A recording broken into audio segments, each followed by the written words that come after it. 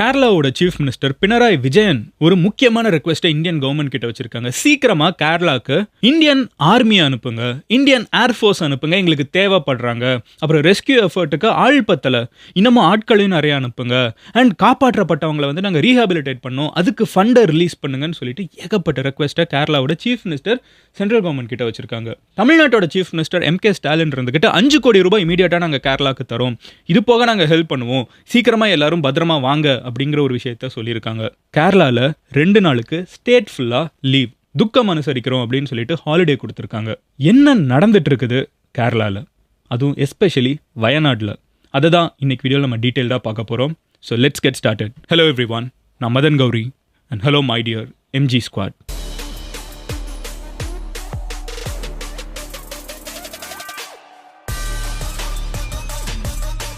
First, MG squad நிறைய பேர் நம்ம சேனலை சப்ஸ்கிரைப் பண்ணிட்டு எல்லா சேனலையும் நிறுத்திட்டு போயிடுவாங்க. அது ஒரு சப்ஸ்கிரிப்ஷன் ஏதோ ஒரு 100 இருக்கும். பட் நம்ம சேனலில் சப்ஸ்கிரைப் பண்ண MG ஸ்குவாட் நிறைய பேர் இந்த மாதிரி முக்கியமான விஷயங்கள் நடக்கிறப்போ என்னை பேச சொல்லி ப்ரெஷர் பண்ணுறீங்க.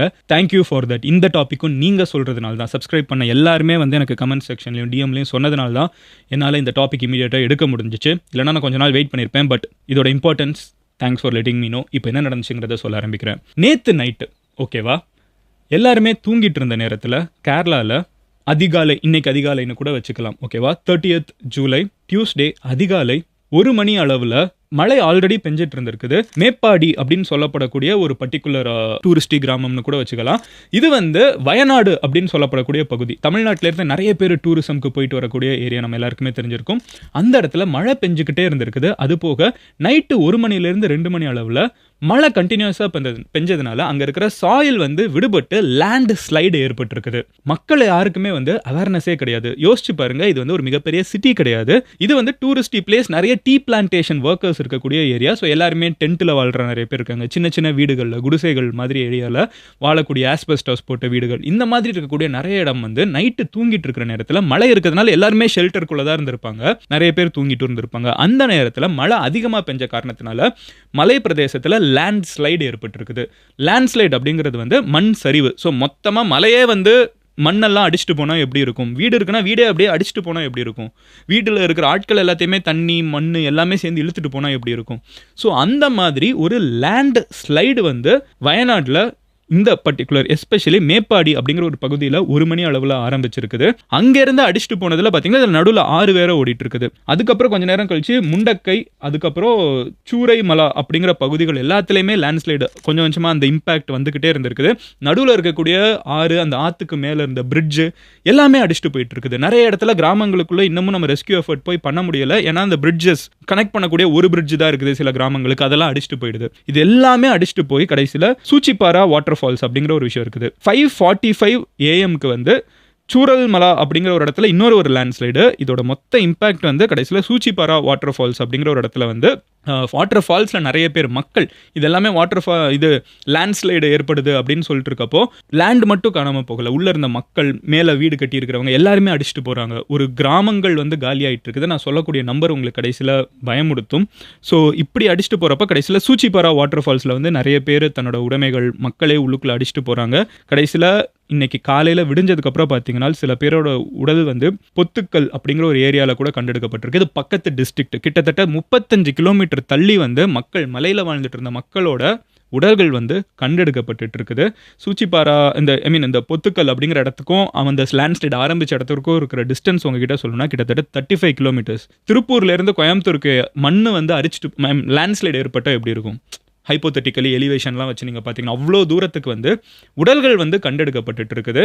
எத்தனை பேர் இது வரைக்கும் இறந்துருக்காங்கன்னு பார்த்தீங்கன்னா 100க்கும் மேற்பட்ட மலையாளி சகோதரர்கள் வந்து இறந்து போயிருக்காங்கிறது ரொம்பவே கஷ்டமான ஒரு விஷயம். 100க்கும் மேற்பட்டவங்க வந்து இறந்து போயிருக்காங்க, 100க்கும் மேற்பட்டவங்க காணாமல் போயிருக்காங்க. இன்னும் எங்கே போயிருக்காங்கன்னு தெரியல. உடல்கள் கண்டெடுக்கப்பட்டவங்கள தான் இறந்து போயிட்டாங்கன்னு சொல்கிறாங்க. இன்னும் மண்ணுக்குள்ளே புதைந்தவங்க நிறைய பேர் இருந்துட்டு இருப்பாங்க, ஒவ்வொருத்தங்களையாக காப்பாற்ற வேண்டியது இருக்கும். ஸோ இவ்வளோ பெரிய ஒரு மேசிவான விஷயம் வந்து கேரளாவில் ஏற்பட்டிருக்குது. கேரளாவில் லேண்ட்ஸ்லைடுங்கிறது ஒரு புதுசான விஷயம் கிடையாது. மலை பிரதேசத்தில் இருக்கக்கூடிய எல்லா மக்களுக்குமே வந்து லேண்ட்ஸ்லைடுங்கிறது காமனான விஷயம் தான். ஆனால் இப்போ வயநாட்டில் ஏற்பட்டிருக்கிறது ஒன் ஆஃப் த பிக்கஸ்ட் எவர் இன் கேரளாஸ் ஹிஸ்ட்ரிங்கிறாங்க. கேரளாவோட வரலாற்றிலே இவ்வளோ பெரிய ஒரு லேண்ட்ஸ்லைடு யாருமே பார்த்துருக்கிறதுக்கான வாய்ப்பு கிடையாதுன்னு சொல்கிறாங்க. அண்ட் இதோட இப்போ ரெஸ்கியூ ஆப்ரேஷன்ஸ் நடக்கணும். நிறைய பேர் மண்ணுக்குள்ளே புதஞ்சிருப்பாங்க. இந்த வில்லேஜ்க்கு போகிற ஒரு பிரிட்ஜ் வந்து காணாமல் போயிடுச்சுன்னு சொன்னேன். உடனே மக்களை வந்து இப்போ காப்பாற்றுற பணியில் மக்கள் ஈடுபட்டாலும் அதுக்கு ஒரு மிகப்பெரிய ஹிண்ட்ரன்ஸாக இருக்கிறது இன்னொன்று என்னன்னு பார்த்தீங்கன்னா, இன்னமும் மழை பெஞ்சிட்டு இருக்குது. வரலாறு காணாத மழை பெஞ்சிட்டு இருக்குது.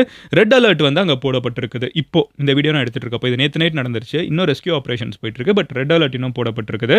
அண்ட் இதுக்கெல்லாம் காரணங்கள் என்ன அப்படின்னு நம்ம பார்த்தோம்னா, ஃபர்ஸ்ட் மேஜர் ரீசன் ரெயின்ஃபால் தான். ரொம்ப குறுகிய காலகட்டத்தில் அதிகமான மழை பெய்யறப்போ மலை கரெக்டாக மலை மேலே வந்து மண்ணு ஒரு லேயர் தான்.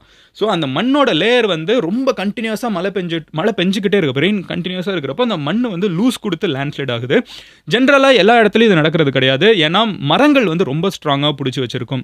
வயநாடு அப்படிங்கிற ஏரியாவில் பார்த்தீங்கன்னா டீ பிளான்டேஷன் அதிகம். செடியோட ரூட் தான் அங்கே மண்ணை பிடிச்சிட்டு இருக்குது. மோஸ்ட்டாக பார்த்தீங்கன்னா அந்த இடம் ஃபுல்லாகவே வந்து நான் சொன்னேன்ல ஸ்டார்டிங்லேயே டீ பிளான்டேஷன் ஒர்க்கர்ஸ் தான் நிறைய இருக்காங்க. எல்லாமே எஸ்டேட்ஸு, ஏகப்பட்ட எஸ்டேட்டு.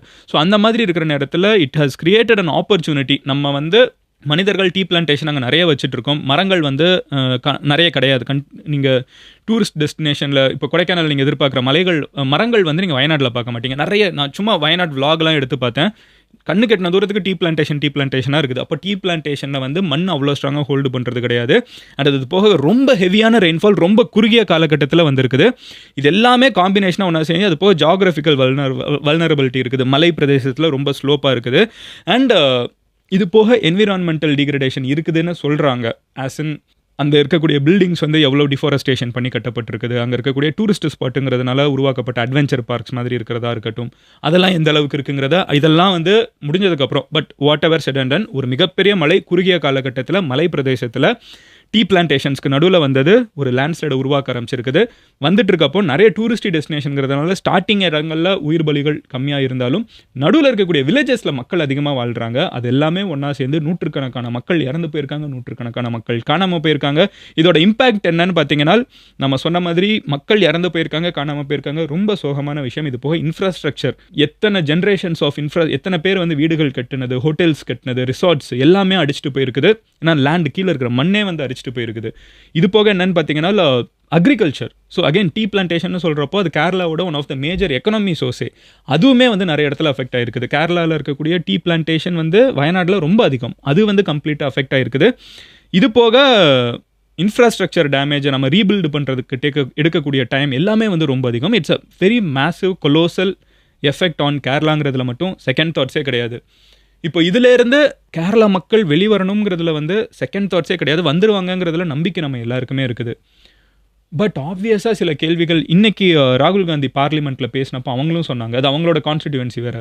எங்கெங்கே லேண்ட்ஸ்லைட் நடக்க போகுதுங்கிறத வந்து முன்னாடியே நம்ம மேப் பண்ணி வைக்கணும். எந்தெந்த இடங்கள் வல்னரபுளாக இருக்குது, இந்த இடத்துலலாம் இது நடக்குங்கிறது வல்னரபுளாக இருக்குன்னு முதல்லே தெரிஞ்சுக்கிட்டு அதுக்கேற்ற மாதிரி அதுக்கு முன்னாடியே அங்கே இருக்கிற மக்களை வந்து நம்ம ரொம்ப பெருசாக மழை பெய்கிறப்போ நைட்டு தூங்கிட்டு இருந்திருக்காங்க. மக்கள் தூக்கத்தில் வந்து எங்கே போகிறதுன்னு கூட தூங்கிட்டு இருந்திருக்காங்க. என்ன பண்ண முடியும்? அந்த மாதிரி நைட் இந்த மாதிரி நேரத்தில் நடக்கிறதா இருக்கட்டும், ஒரு ஜென்ரலாகவே இந்த மாதிரி இருக்கக்கூடிய ஏரியா எல்லாத்தையும் நம்ம மேப் பண்ணி நம்ம ப்ரிகாஷியஸாக ஆக்ட் பண்ணோம். நம்ம ரியாக்டிவாக எல்லாத்தையும் பண்ணிருக்கோம். இப்போ நடந்துருச்சு, இதுக்கு ஒரு ரியாக்ஷன், எல்லாருமே வந்து காப்பாற்றுவாங்க, நிறைய பேர் வந்து ஹெல்ப் பண்ணுவாங்க, எல்லாம் சரி. ஆனால் இது நடக்காமல் இருக்கிறதுக்கு என்ன பண்ணியிருக்கணுங்கிற ஒரு தாட் ப்ராசஸ் இருக்குல்ல, அந்த ஒரு விஷயத்தில் நம்ம லேக் ஆகிறோம்னு எனக்கு தோணுது.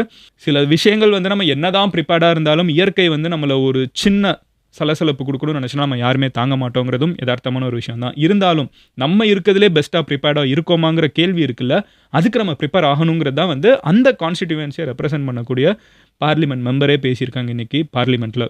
நம்ம பக்கத்து ஸ்டேட் கேரளா, நம்ம எல்லாருக்குமே வந்து கண்டிப்பாக ஒரு மலையாளி ஃப்ரெண்டாவது இருப்பாங்க. இந்த சேனல் அத்தனை பேர் மலையாளி சப்போர்ட் பண்ணி தான் இந்த சேனல் இவ்வளோ பெருசாக வளர்ந்துருக்குது. ஸோ மெனி மலையாளிஸ் ஆர் வாட்சிங் திஸ் சேனல். என்னோட சார்பில் இருந்தும் எம்ஜி ஸ்குவாட் தமிழ்நாட்டில் இருக்கக்கூடிய எல்லா மக்கள் சார்பில் இருந்தும் நீங்கள் எல்லாருமே வந்து ரொம்ப ஸ்ட்ராங்கான மக்கள். எவ்வளோ பெரிய துக்கத்திலேருந்தும் நீங்கள் மீண்டு வந்து காமிச்சிருக்கீங்க. என்றைக்குமே இந்தியாவுக்கு ஒரு எக்ஸாம்பிளாக இருந்திருக்கீங்க. எஸ்பெஷலி கோவிட் மாதிரி டயத்துலலாம் வந்து எப்படி ஒரு கோவிடுங்கிற வைரஸை ஹேண்டில் பண்ணணுன்னு உலகத்தில் இருக்கிற நாடுகள் தத்தளிச்சிட்டு இருந்தப்போ அதை ஒழுங்காக ஹேண்டில் பண்ண முதல் ஸ்டேட் இந்தியாவில் கேரளாவாக இருந்திருக்குது. எஜுகேஷனில் முன்னேறி இருக்கீங்க. இதிலேருந்தும் நீங்கள் முன்னேறி வருவீங்க, இதிலேருந்தும் மீண்டு வருவீங்க அப்படிங்கிறதுல ரொம்ப ஸ்ட்ராங்கான நம்பிக்கையை வச்சுக்கிட்டு என்னோடய முழு ப்ரேயர்ஸையும் என்னால் இதுக்கு கண்டிப்பாக ஃபண்ட் க்ரியேட் பண்ணுறதுக்கு வந்து அக்கௌண்ட்ஸ் கவர்மெண்ட் ஓப்பன் பண்ணுவாங்க. அந்த அக்கௌண்ட்ஸ் வந்த உடனே பேங்க் அக்கௌண்ட்ஸ் வந்த உடனே நான் என் சேனலில் போஸ்ட் பண்ணுறேன். உங்களால் முடிஞ்ச கான்ட்ரிபியூஷனை நம்ம கேரளா சகோதரர்களுக்கு நீங்களும் பண்ணுங்கள், நானும் பண்ணுறேன். Kerala come back strong, Wayanad come back strong.